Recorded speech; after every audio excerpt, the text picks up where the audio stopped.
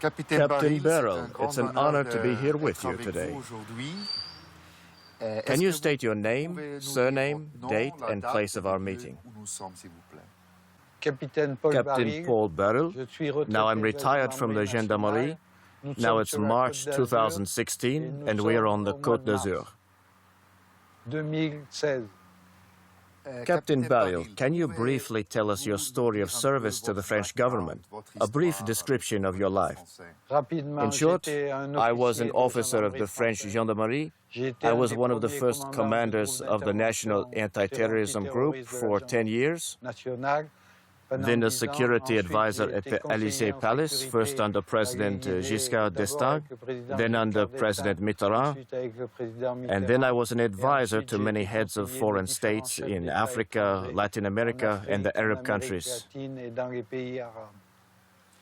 Now I work with the group Najadi Partners in the international investigation of corruption. Captain Barril, you've said that you are going to make a statement about the unknown facts concerning the death of Alexander Litvinenko. Why did you decide to speak now? Because I think that now it is necessary to reveal the truth. After the death of Litvinenko, so many lies were told by journalists, but above all, by the secret services. I especially want to make this clear. For America and Britain, the Cold War has not ended. The struggle continues. And in the Litvinenko case, we are talking about an operation to destabilize the Russian leadership, particularly President Putin, to seriously damage the reputation and credibility of the internal security forces. This manipulation operation is coordinated by the CIA and MI6 and all the enemies of Russia. France is also involved in this, backing up the Americans. You see that the Mistral was not delivered, that a financial investigation was initiated against Putin's inner circle. All of this is being done in order to destabilize Russia and cast a shadow on Putin's policies. This applies to Ukraine, but above all, to Syria.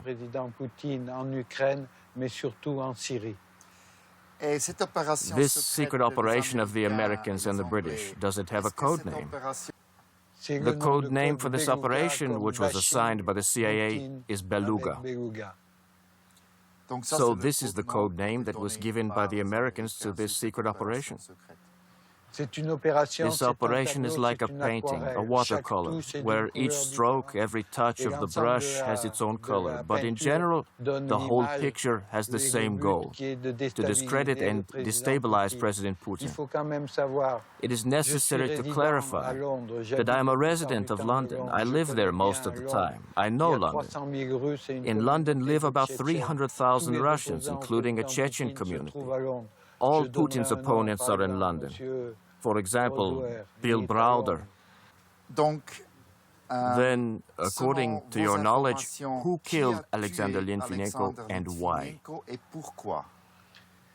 It is necessary, first of all, to see the entire context. He was killed, and we know that he died from polonium poisoning. Where did the polonium come from? Polonium-210 is a rare vehicle, which is produced in Russia in a certain place. It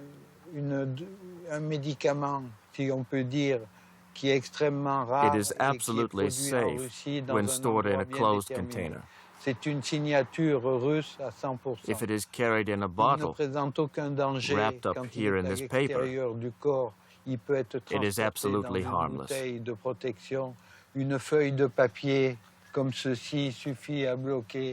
But if the container is damaged, it becomes deadly, because it destroys the cell at the end.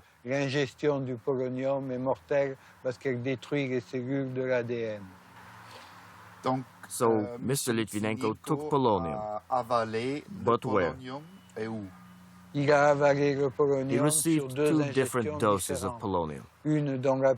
One of them has not really been investigated. I'm talking about the trail of Scaramella, who met Litvinenko in the morning and who dined with him at Piccadilly. The first traces of polonium were in the restaurant where they had dinner together.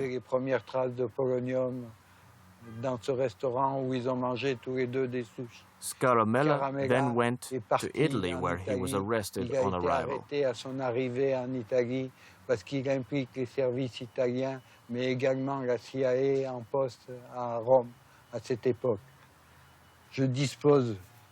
I have an audio recording of Scaramella, who sold the information to the Italian government that Mr. Prodi was an agent of the KGB.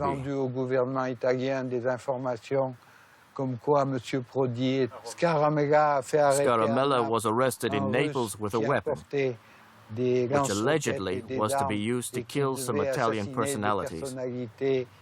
But all this was building up, as all this was controlled by the master who was pulling the strings, in whose hands was concentrated all the information against Russia and President Putin. It was Mr. Berezovsky. But ultimately, for whom did Litvinenko work? Litvinenko was a special case. He was an ex-agent of the FSB. Strangely, by age 36, he became a lieutenant colonel. In 1998, as one of 4 KGB officers, he organized a press conference at which he said that the intelligence agencies wanted to assassinate Mr. Berezovsky. It was a performance paid for by Berezovsky, who harbored a growing hatred for President Putin. Berezovsky began to gather together all the opposition who were in London. They repeatedly visited Berezovsky, who paid them for information.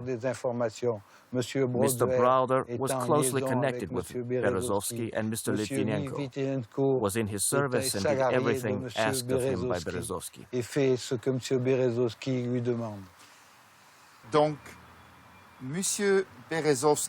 Then Mr. Berezovsky worked with Mr. Browder, an American agent.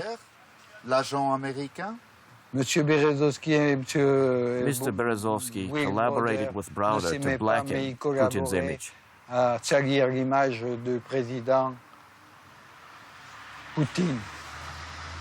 They carried out manipulation and destabilization actions. For example, Browder disseminated rumors that the president has $200 billion, which he keeps outside of Russia. And that's false. All activities were coordinated by the two.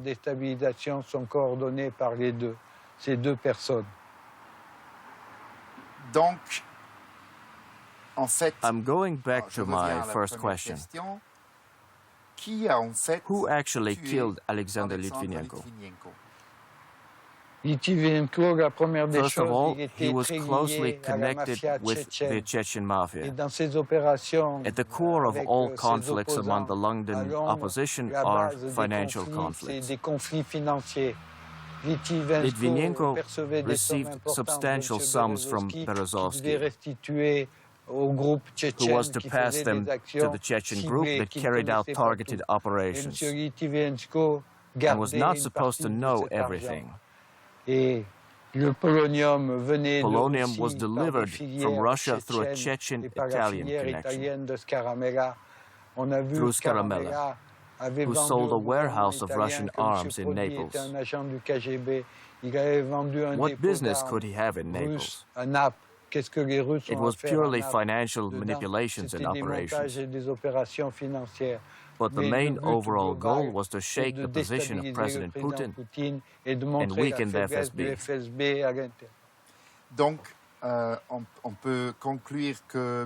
So Litvinenko was executed by Chechens and Scaramella.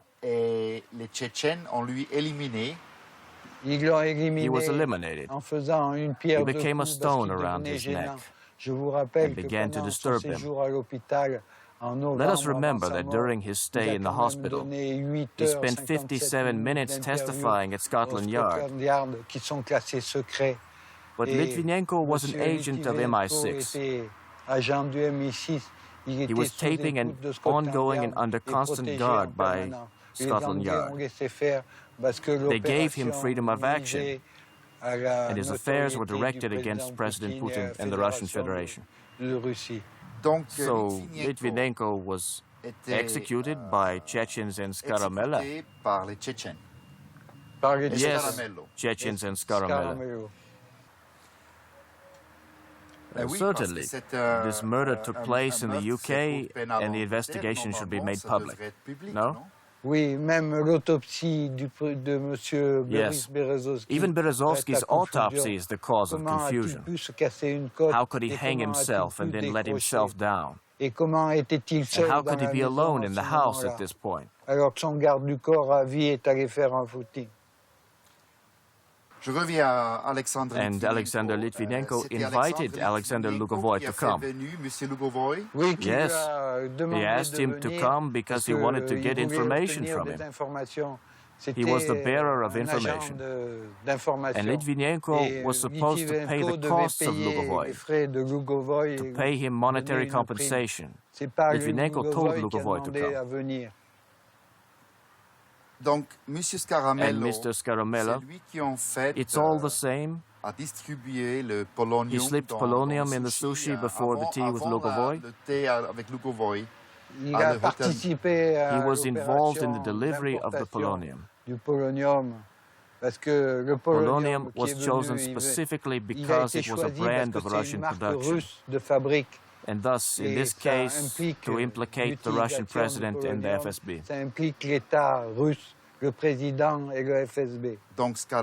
So it was Skaramella who put the polonium in the sushi.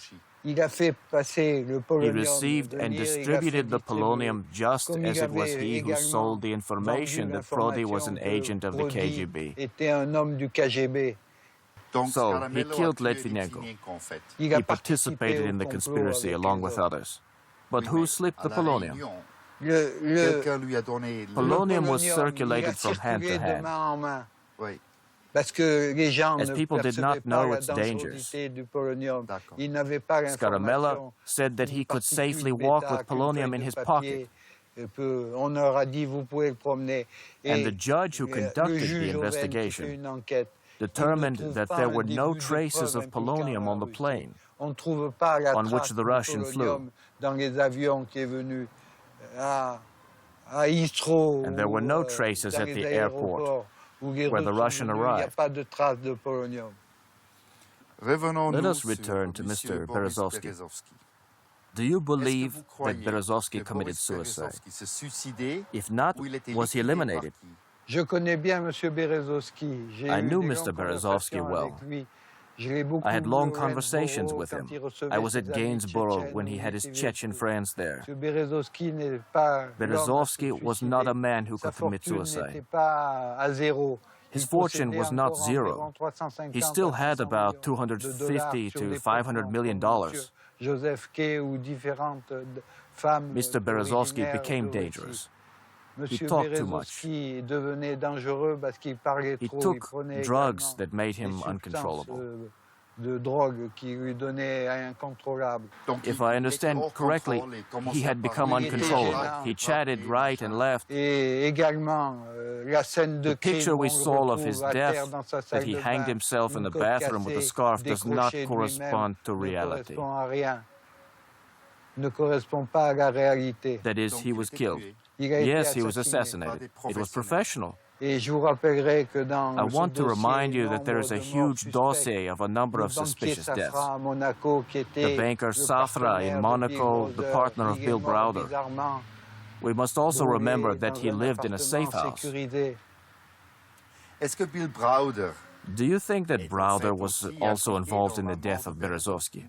He knew perfectly well what Berezovsky was doing, and he confirmed that Berezovsky had become a burden for the opposition because he was talking too much.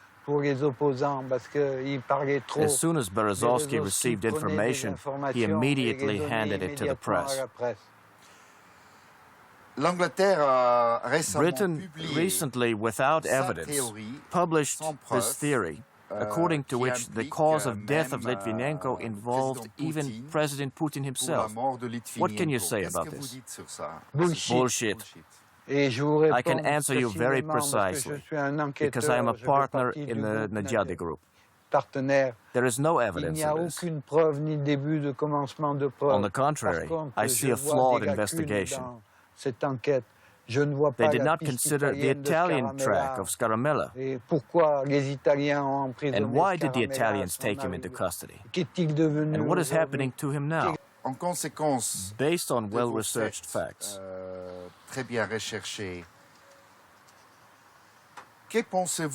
what do you think about the consequences of the investigation into Litvinenko's death to Russia? Russia has nothing to do with it. The dossier was fabricated from the outset. Polonium was specifically chosen because it is connected to Russia, because it is produced in a particular place in Russia. The objective of the whole operation was to discredit President Putin, the FSB and internal security. All this is because Russia's actions obstructed the United States, in Ukraine and especially in Syria. Therefore, it is necessary to shake Putin's power. This is an operation of destabilization and diversion. So, you ask for an international investigation to find the truth about the death of Litvinenko. How do you envision this investigation being carried out? I think that the investigation should be conducted under the direction of Carla Del Ponte. She has experience in investigating complicated cases, and we know that she is not connected with the CIA. If she is appointed, I will introduce her to all the essential elements of the investigation, which the British Secret Services do not have. So you work in the group Nagiadi as a special advisor. Are you ready to cooperate with Russia in the search for the truth about the death of Litvinenko? My conclusion is that the accusations against Putin are unfounded and that there is no evidence. But there are between 67 and 69 hours of taped testimony by Litvinenko, which he gave on his deathbed, which were listened to by Scotland Yard. So in conclusion, you can say that this operation Beluga killed Litvinenko. Yes, the goal was to discredit President Putin and the Russian government, and above all, the internal security services and the FSB. The operation almost succeeded, at least in the media, as they seized on the revelations released by the judge, but did not furnish any evidence. Captain Barril, thank you very much for this important interview. Je vous remercie.